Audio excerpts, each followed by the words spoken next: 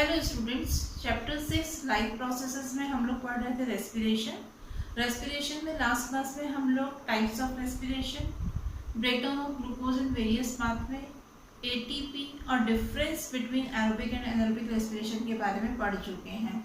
अब हम पढ़ेंगे रेस्पिरेशन इन प्लांट्स। हमको मालूम है कि एनिमल्स की तरह प्लांट्स में भी रेस्पिरेशन की प्रोसेस होती है। रेस्पिरेशन की प्रोसेस में प्लांट्स भी ऑक्सीजन को लेते हैं, इनटेक करते हैं और कार्बन डाइऑक्साइड जो रेस्पिरेशन की प्रोसेस में एज ए बाई प्रोडक्ट बनता है उसको एक्सपेल आउट करते हैं, यानी कि वो बाहर निकालते हैं। जबकि फोटोसिंथेसिस की प्रोसेस में प्लांट्स कार्बन डाइऑक्साइड गैस को इनटेक करते हैं एटमॉस्फेयर से और उसमें जो oxygen as a by product form होता है उसको वो एक्सपेल आउट करते हैं, प्लांट से बाहर निकालते हैं।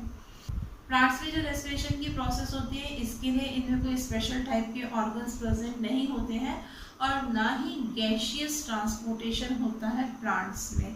तो प्लांट्स में जो गैसेस होती हैं वो डायरेक्टली डिफ्यूज होती हैं, इसीलिए प्लांट के सभी पार्ट जो है वो इंडिपेंडेंटली रेस्पिरेशन की प्रोसेस करते हैं। रूट्स भी रेस्पिरेशन करती हैं, स्टेम जो होता है वो भी रेस्पिरेशन करता है, ब्रांचेस जो है वो सेपरेटली रेस्पिरेशन करती है, लीव्स जो है वो अलग रेस्पिरेशन करती हैं। तो प्लांट्स के सभी पार्ट क्या करते हैं, गैसियस एक्सचेंज करते हैं। प्लांट्स में डे टाइम में क्या होता है कि जो रेस्पिरेशन की प्रोसेस में कार्बन डाइऑक्साइड गैस प्रोड्यूस होती है उसी कार्बन डाइऑक्साइड गैस को प्लांट्स फोटोसिंथेसिस के प्रोसेस के लिए यूज कर लेते हैं। इसीलिए दिन के time carbon dioxide gas plant से बाहर नहीं निकलती, एक्सपेल आउट नहीं होती है।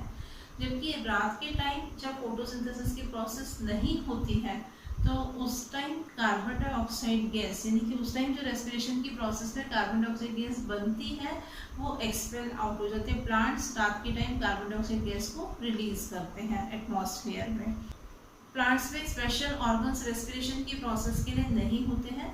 प्लांट्स की सेल्स में डिफ्यूजन की प्रोसेस से ही गैसियस एक्सचेंज होता है।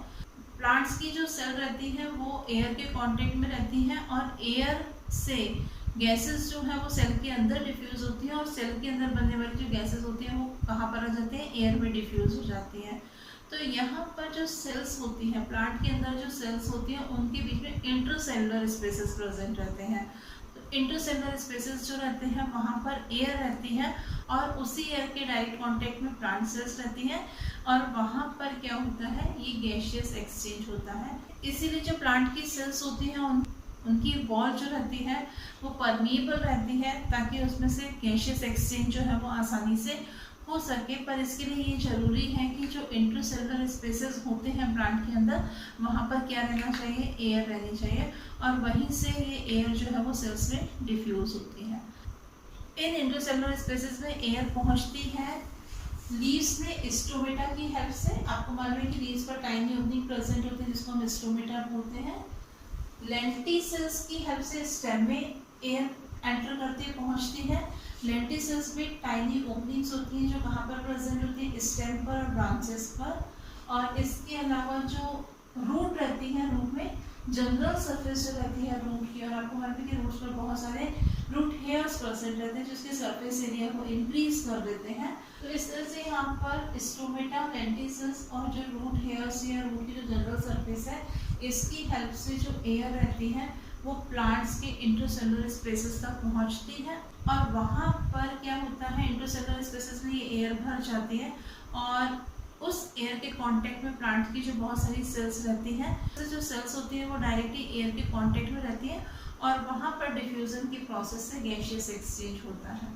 अगर हम प्लांट्स में स्टेम को देखें, लीफ को देखें या रूट का स्ट्रक्चर देखें तो उसमें सबसे ऊपर की तरफ एक लेयर होती है जिसको हम एपिडर्मिस बोलते हैं।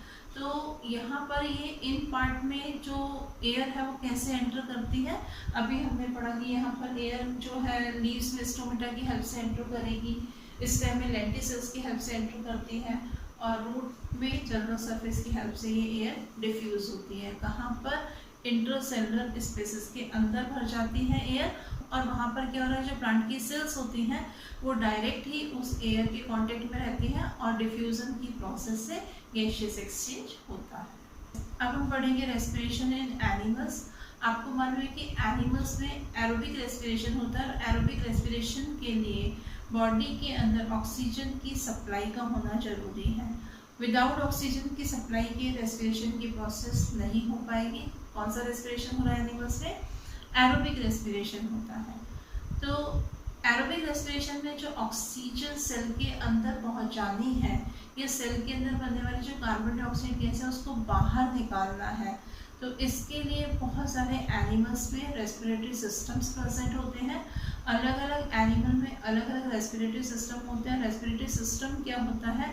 ग्रुप होता है उन ऑर्गन्स का जो रेस्पिरेशन की प्रोसेस में हेल्प करते हैं, ब्रीदिंग कर रहे हैं, रेस्पिरेशन में हेल्प कर रहे हैं, उसको हम क्या बोलते हैं? रेस्पिरेटरी सिस्टम बोलते हैं। तो अलग अलग एनिमल्स में रेस्पिरेटरी सिस्टम अलग अलग होता है। अगर हम यूनिसेलुलर ऑर्गेनिज्म की बात करें तो यूनिसेलुलर ऑर्गेनिज्म में जो गैसियस एक्सचेंज होता है वो उनकी बॉडी सरफेस से होता है और किस प्रोसेस से होता है? डिफ्यूजन की प्रोसेस से होता है। यानी कि उनकी जो बॉडी रहती है वो डायरेक्टली एयर के कांटेक्ट में रहती है और वहीं से ऑक्सीजन उनकी बॉडी में डिफ्यूज होती है और बॉडी में बनने वाली यानी कि जो सिंगल सेल है उससे बनने वाली कार्बन डाइऑक्साइड जो होती है वो एटमॉस्फेयर में डिफ्यूज हो जाती है।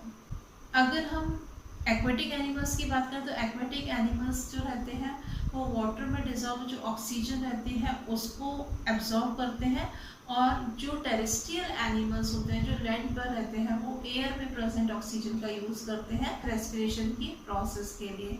वाटर में जो ऑक्सीजन डिजॉल्व होती है वो एयर के कंपैरेटिवली कम डिजॉल्व होती है, इसीलिए आपने देखा होगा कि जो फिशेस रहती हैं वो कंटिन्यूसली क्या करती हैं? अपने मुंह को ओपन रखती हैं और वाटर जो रहता है उनके माउथ से एंटर करता है, वो वाटर कहाँ तक पहुँचता है?